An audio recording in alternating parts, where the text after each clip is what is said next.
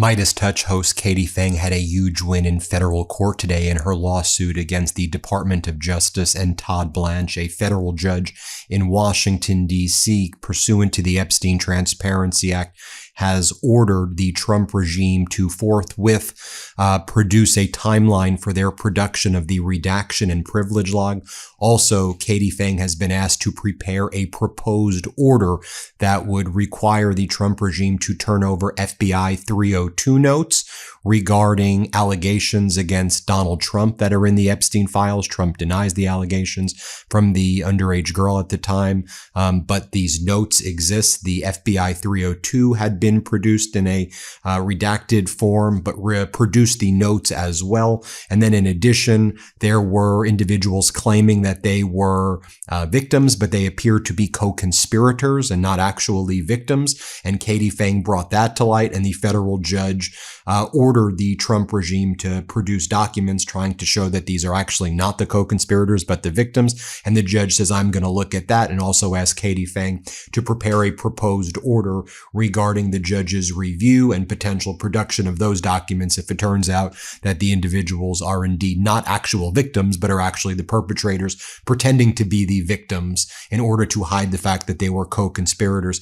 Now, also, the federal judge, Judge Sullivan, made it very clear that he will not be afraid to throw the Trump regime in contempt. He said, I have a history as a federal judge of not being afraid to hold the DOJ in contempt. He referenced a prior criminal prosecution regarding the late Alaska Senator Ted Stevens. This judge presided over that case back in 2008, which was eventually dismissed before Senator Stevens died. But this judge uncovered that the DOJ at the time engaged in a lot of unlawful and unethical conduct and held the DOJ in civil contempt. So the judge says, I don't want to go down that road, but I'm not afraid to hold all of you Trump DOJ officials in contempt. One of the things that's worth noting as well, the Trump regime sent some young lawyers who had no clue what the hell they were even talking about. Apparently, it was very humiliating for this Trump DOJ official named Andrew Block, a young lawyer who was basically told to take the fall for the Trump DOJ. Apparently, his hands were shaking, his face was red, he was very nervous, and his voice was wavering the entire time. I don't know, Judge, I don't know. And the judge says, well, you better know, because now you're here in my courthouse, so shut up, and I'm not afraid to hold you in contempt also. I want to see a proposed order about when the hell you're going to turn over that redaction log. By the way, the redaction log will show us the millions of documents that the Trump regime is withholding, and every single time they withheld the document, they have to give an explanation about why they are withholding a document.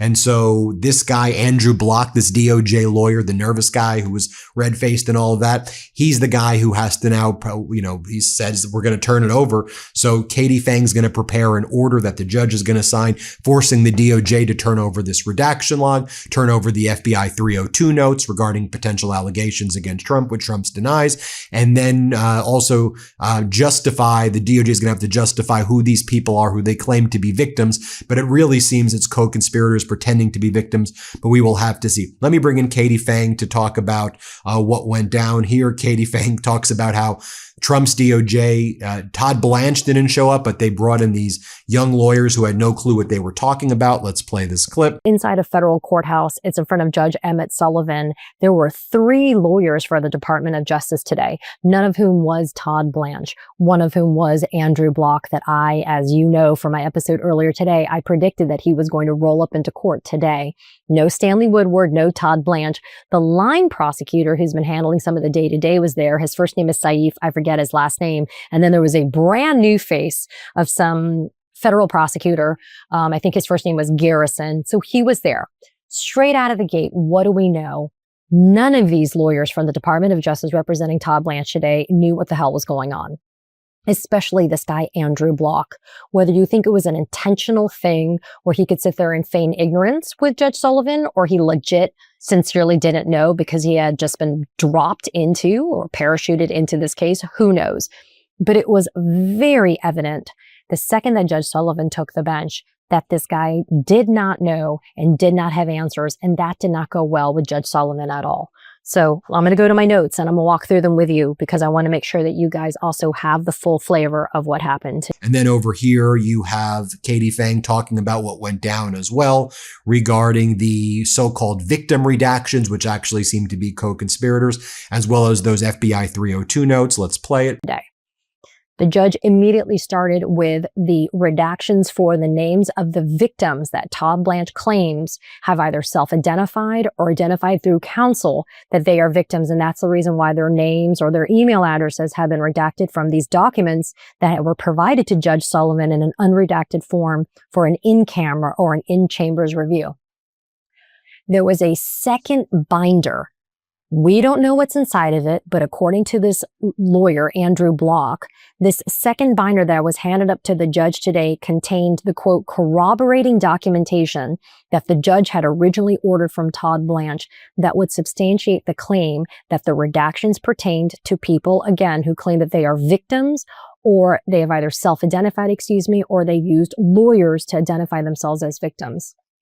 Andrew Block says that the second binder handed up to the judge is a, quote, representative sample of this victims in this case, and that according to the attorney review protocol, which I've covered here before, which was just made up by the DOJ and was not done in compliance, frankly, with the Epstein Transparency Act because it expands the DOJ's spectrum of redactions and withholdings.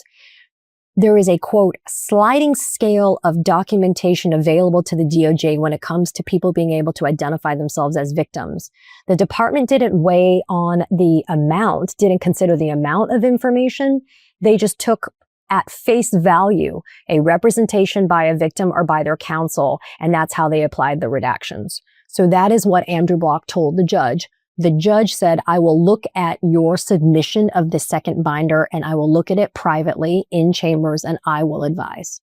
Now, with regards to those interview notes, the handwritten interview notes by the FBI agents of that 13-year-old girl who alleges that, of the woman who alleges when she was 13 that she was sexually abused by Donald Trump and physically battered. According to this DOJ lawyer, Andrew Block, because those handwritten FBI notes are duplicative of the FBI 302s, which are like the official reports that are generated, that's why they're not turning them over. And the judge pressed him and said, I don't understand. You don't have any additional information for me. You were supposed to come to court today and give me additional information as to why you cannot manually redact these handwritten notes. The judge asked Mr. Block, how many pages are there of these notes so I have an understanding of what's at issue? Block said, I don't have that info. Court says, you don't have an approximation of the numbers? And how about, have there ever been other handwritten notes that have been published that have been redacted? To which Andrew Block said, not to my knowledge. That is an untrue statement. We know that handwritten notes that accompany the FBI 302s, that they've been turned over. We've seen them ourselves in the production by the DOJ. At this point, this Andrew Block guy was struggling, face turning red, hands were shaking, he was stuttering, he wasn't really able to explain himself to the court because the court kept on saying, well, what is the cause? I asked Blanche to come and show cause why he could not do these redactions of the handwritten notes. And Block says, well, it's just duplicative. But remember, people, they never said it was duplicative. They said it was substantially similar. They said the handwritten notes were substantially similar to the 302s, and that's the reason why they weren't turning them over. So then the court said to Block, you have nothing to add to the previous response that was made by Todd Blanche. Block says, we're just looking for a clear order. And the court goes, well, what's unclear here? Yikes. And the court says, can't you tell me, is there another way to do the redactions? Okay, no response from Block. We need a good, clean order here because we're having difficulty understanding at this procedural posture what you want us to do. I mean, when I tell you how long this was, it was horrifically, painfully long. The back and forth on this, I was embarrassed for this DOJ attorney because he didn't really know how to answer these questions, right?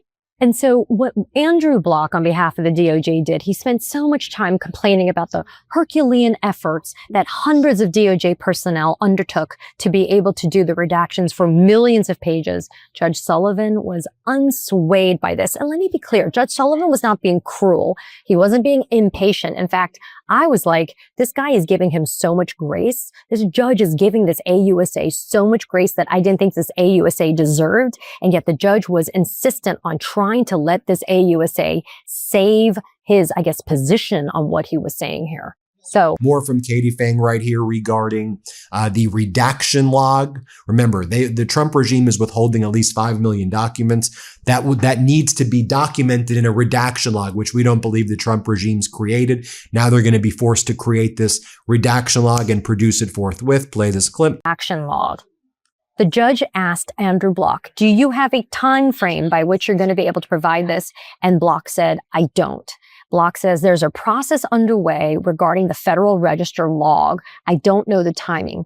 Judge Sullivan says, can you give me a date by which you're going to accomplish this? Because it was supposed to have been done, or at least there's an interpretation of the law that it should have been done by December of 2025. Andrew Block says, I don't have a date. Judge Sullivan says, but you knew it was going to be discussed today. So how come you don't have any of this information I'm asking of you? And Block says, it's coming, Judge, but this is all out of my control. Then the judge is like, don't you have a time frame? 30, 60 days? Someone from DOJ has to answer this. And the judge says, the Epstein Act said that this had to be done. Congress intended that this to be completed back in December of 2025. So I need to know, what is the DOJ doing to comply with this redaction log? And then the judge said something that I thought was really important, people. He said, is this case being afforded priority in the DOJ? How is this case not a front and center prioritized case at the DOJ? It's important. It's the Epstein files. And when Judge Sullivan said this, I was like, yes, finally, somebody is actually saying out loud what we've all been saying, which is this should be the priority for the DOJ. Then Judge Sullivan says, how is that nobody can give me a date by which this redaction log is going to be done with the Federal Register? I want you to get that person on the phone. If not, then I'm going to be forced to impose a date, and I don't want to be arbitrary and do that. Judge Sullivan then said, Congress intended the public and the victims to get this information. My job as the judge to ensure that this law is enforced. Then Andrew Block, on behalf of Todd Blanche, says, oh, Mr. Blanche has tried to comply with this order, but we need a clear, clean order. And then Judge Sullivan said, you want another order? And it's going to say something to the effect of, I really mean it this time. At which point in time, the courtroom erupted in laughter because it was just so absurd, because Block kept on saying, I need a clean order. I need a clean, clear order. And the judge said, you know what? Part of me contemplated doing sealed proceedings where I invited just the government into court and no one else and allowed them to speak to me and walk through these unredacted items. But then the judge says, but then I said no, because the public has the right to know what's going on. The victims have the right to know, quote, what the hell is going on in this case. Now, with regards to the foreign language documents, the court says, I ordered the defendant, Todd Blanche, to initiate review of these documents and to give notice that this review is underway. And instead, Todd Blanche said that the court can't supplant Congress's acceptance of it's not practicable to be able to do these interpretations or these translations. And Sullivan said, I'm just trying to ensure compliance here because this is a requirement that is long overdue for these documents. Andrew Block, on behalf of Todd Blanche, says, I don't even know how many documents there are when the judge asked him. And then the judge says, but you knew this was going to be discussed today. Do you guys see a theme here or a common denominator questioning from the court? You're at the podium as counsel for the Attorney General and you don't have this information. I mean, this is the kind of dialogue that was going on and on. And then the judge took a maybe 30, 40-minute recess. And when he resumed back on the bench, he said, look, he ordered me as Ms. Phang to be able to prepare a proposed order about the FBI notes. The handwritten notes must be produced in camera, in chambers to Judge Sullivan, unredacted to be reviewed. And then with regards to the Federal Register, that redaction log, there's going to be the requirement that a declaration be done about the status of it, who's done it, who's been reviewing it, what's been going on, because Judge Sullivan wants wants the DOJ to have to own the representations made on the record today. And he told us, my side, to be able to prepare these proposed orders and this issue about the declaration in 10 days. And then this is a really important. And then regarding Judge Sullivan's threat against the Trump regime, I will hold you in contempt. I'm not afraid of you. This is what Katie Phang said went down. Let's play it. I had raised the issue of having Todd Blanche held in contempt of court. The judge took a long time to explain an anecdote about how he, years ago, held four DOJ prosecutors in contempt of court, in civil contempt, because they refused to turn over documents to a criminal defendant. Once he held these federal prosecutors in contempt of court, he purged the contempt once they turned over the documents. 3 out of those 4 federal prosecutors appealed that order of contempt, and the federal appeals court upheld Judge Sullivan's finding of contempt. Judge Sullivan said, I am the only federal judge who has held DOJ attorneys in civil contempt. Now, I have no desire to do it again, but because contempt is serious. But he said this, but I will do it. That's not a threat. That's a promise. He then went on to say, I am not focused on contempt. I am focused on compliance with court orders. I understand how difficult your job is. No one ever has enough time, but you've never asked me for more time. And he goes, look, we don't have to do a conversation. I'm just talking about this. You don't have to respond. This was so important because he made it very clear to these DOJ attorneys that he's willing and able to do it. He doesn't want to hold them in contempt, but he's done it before and he'll do it again. And that's a really important lesson to impart to these young lawyers that showed up. Although, again, I'm not quite sure if it was an intentional thing to bring these lawyers in at the last minute that didn't have answers that the judge demanded. I know it was frustrating. I heard that we pretty much crashed the dial-in system for the court today, so a lot of you weren't able to get this. I'll do a little bit more of a deeper analysis tomorrow, but I just wanted to make sure that I got this readout to you immediately so that you had this information. As always, thanks for the support, and be mad, be outraged, and demand accountability. Katie Phang here. There you have it, everybody. Let me know what you think. Hit subscribe. Let's get to 7 million subscribers. Most importantly, subscribe to Katie Phang's YouTube channel. Katie Phang is a hero. It is an honor for us to even be affiliated with Katie Phang, great, based on the heroic work that she's done and the heroic career that she's led. So make sure you subscribe to Katie Phang's YouTube channel. Thanks, everybody. Before you go, our book, WTF America, is available for pre-order now. It's the story of how we got here and how we fight our way back. To pre-order, scan the QR code or click the link in the description. Let's do this.